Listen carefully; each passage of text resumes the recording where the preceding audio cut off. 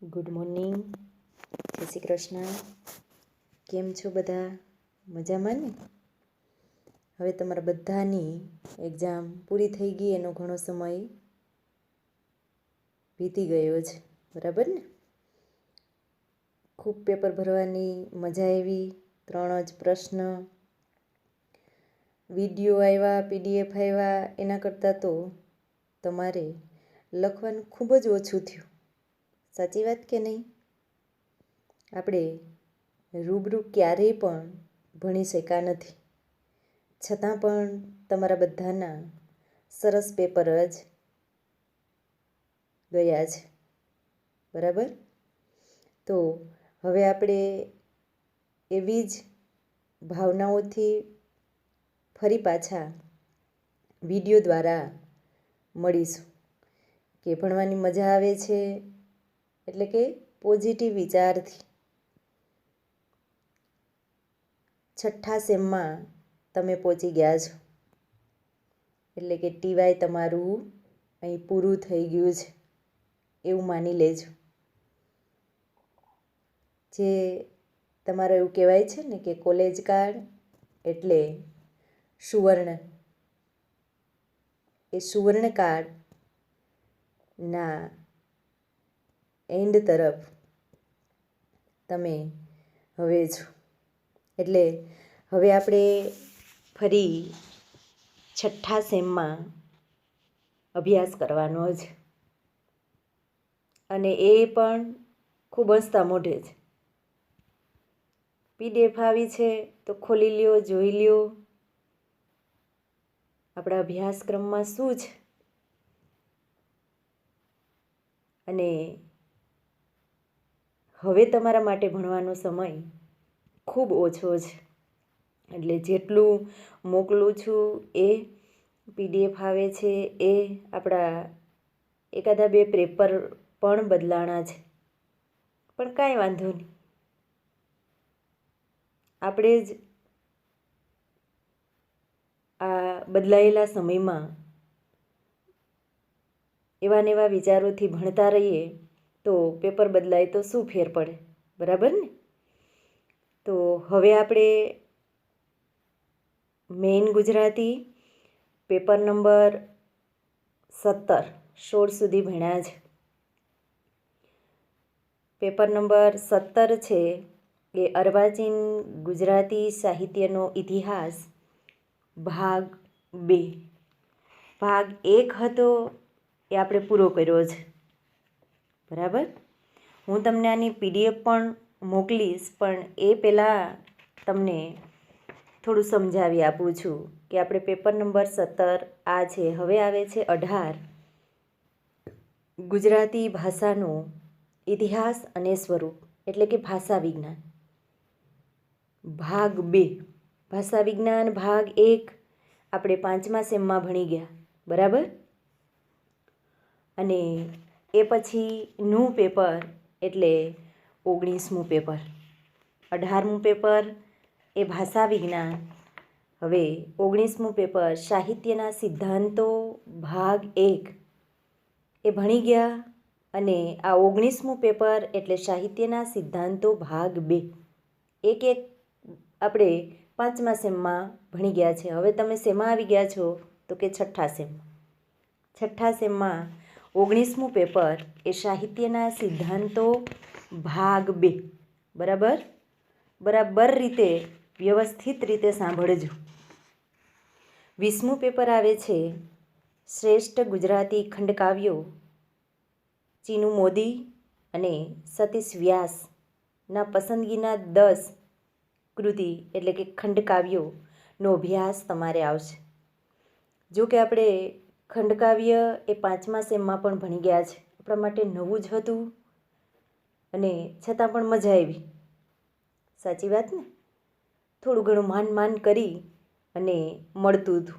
ધીરે ધીરે ધીમી ગતિના સમાચાર હોય ને એ રીતે આપણને આ ખંડકાવ્યના મુદ્દાઓ મળતા હતા. મને ને તમને બેયને. મને મળે તો હું તમને વ્યવસ્થિત સમજાવીને આપતી હતી. બહુ ઝડપથી આનું મટીરિયલ આપણા હાથમાં નહોતું આવ્યું, બરાબર? એ ખંડકાવ્ય. અને એ જ ખંડકાવ્યોમાં આપણે બહુ સરસ મજા આવશે. ગ્રામ માતા, છેલ્લી પૂજા, એ ભલવાડો, બાહુક, આ બધા કાવ્યોનો અભ્યાસ કરવાનો છે.